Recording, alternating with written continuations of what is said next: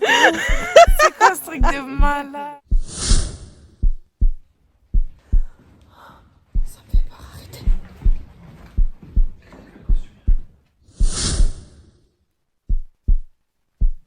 Vous entendez, non?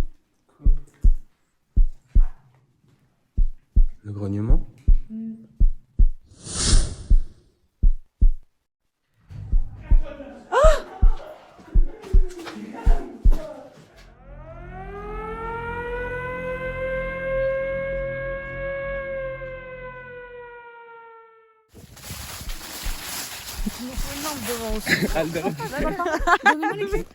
Non, tu vas encore faire mon cœur. Mais je le sens dans mon cœur, je peux pas rentrer. Ouh, les victimes. On va zoomer.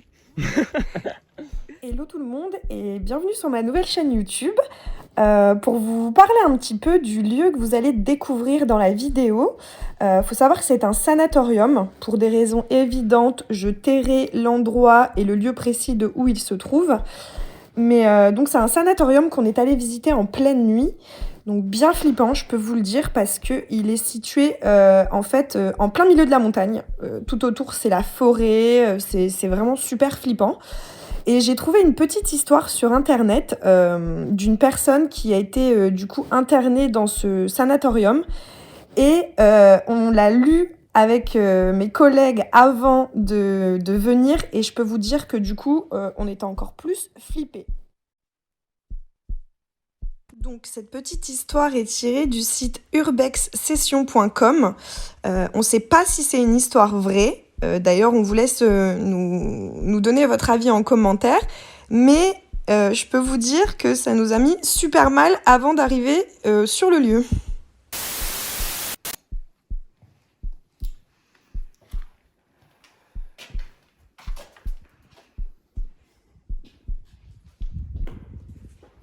Non, mais c'est super grand.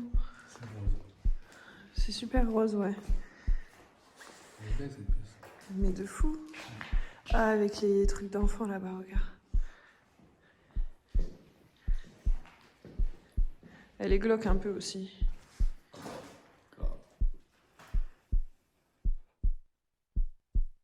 Drame de la pauvreté. Francis Muller est mort dans de terribles circonstances. Ce vieillard de 70 ans a vécu dans une situation très précaire avec sa femme dans un village limitrophe de Carcassonne. Une retraite pour deux insuffisante pour payer le loyer et les besoins élémentaires qui a mis Francis devant une question existentielle. Que faire pour continuer à vivre sans trop souffrir jusqu'au dernier jour? À cette question, il y répondra en faisant la manche dans une avenue trépassante de Carcassonne.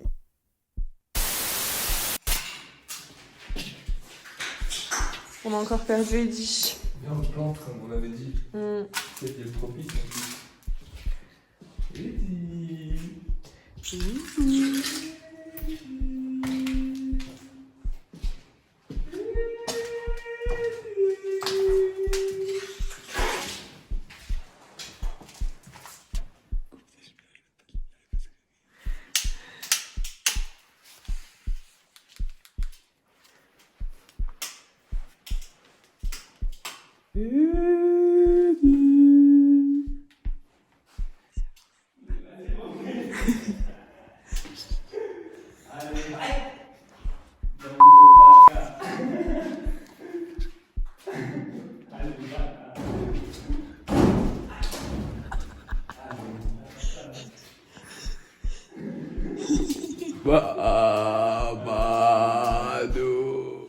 Assis devant une boutique, casquette à la main, il quémandait des pièces aux passants.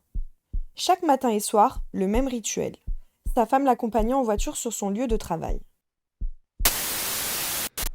On panique. Non, j'ai pas entendu. Non, mais Twitter, j'ai entendu le truc aussi. Surtout dehors, j'ai entendu le truc. Je suis sûr qu'il y a des choses.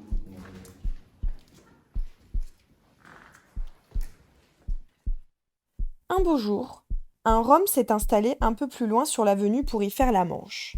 Les passants ont tout de suite été pris d'affection pour cet homme, sa jambe en moins, avec le moignon apparent ne pouvant qu'émouvoir les gens.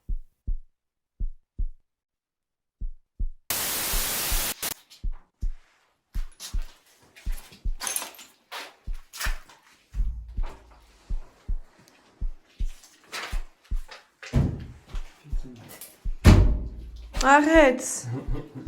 Ouvre la porte, le truc. Ah, bâtard. Ah, ça va. C'est la partie numéro 3. Francis, ne souhaitant pas quitter cette avenue lucrative, a essayé d'émouvoir à son tour les passants. Mais rien n'y faisait. Le rhum retenait toute l'attention.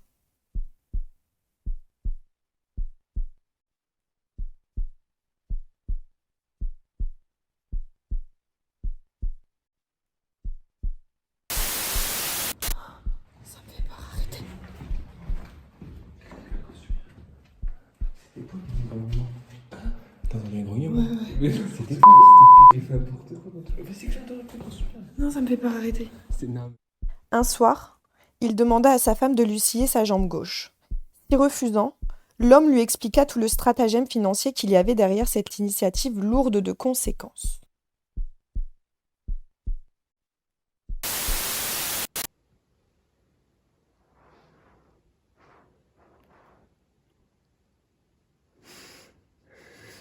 C'était justement genre. Moi j'ai entendu des pas.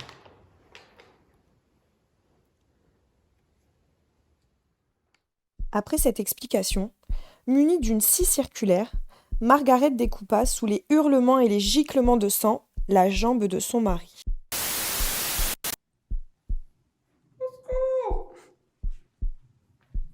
Vous entendez, non?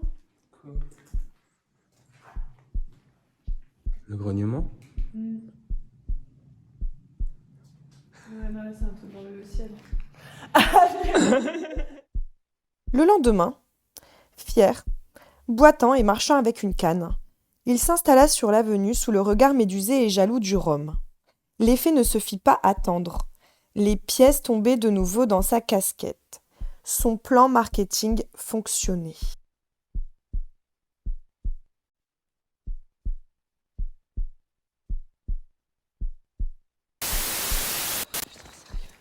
Ça grimpe, hein? C'est pire, c'est pour redescendre. Le Rhum partit quelques heures plus tard énervé, laissant Francis seul sur l'avenue. Une satisfaction de courte durée quand le Rhum revint le lendemain avec un bras en moins. Une concurrence glauque se mit en marche. Ne se laissant pas faire, les deux hommes se mutilèrent. Chacun leur tour, différents membres. Mains, pieds, oreilles, en prenant soin d'exhiber leurs moignons et leurs mutilations au grand jour.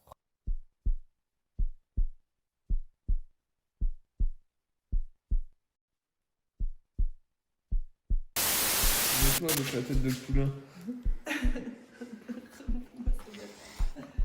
Ciao. Comment tu t'y prends? Attends, vas-y.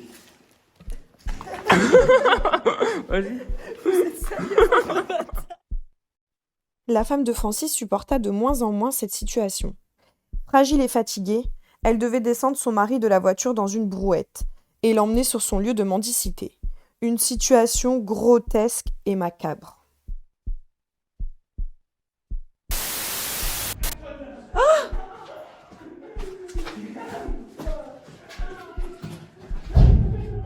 Putain, vous êtes où? J'étais en train de regarder, il m'a enfermé là-dedans. Comment j'ai flippé? Francis eut une dernière idée pour émouvoir les gens. Margaret refusa catégoriquement. L'homme insista pendant des semaines jusqu'à ce que sa femme craque et accepte. Au matin du 10 mars 2004, Margaret s'installa sur l'avenue, assise à côté du corps de son mari, décapité. Interpellée rapidement, elle sera placée en détention provisoire avant d'être recueillie dans ce sanatorium converti en asile psychiatrique en raison de son âge avancé et de son état de santé inquiétant. Merci à tous d'avoir suivi cette vidéo. N'oubliez pas de nous mettre un petit like si vous avez aimé le contenu et de vous abonner à nos réseaux pour ne rien rater. Et on vous dit à bientôt pour de nouvelles aventures.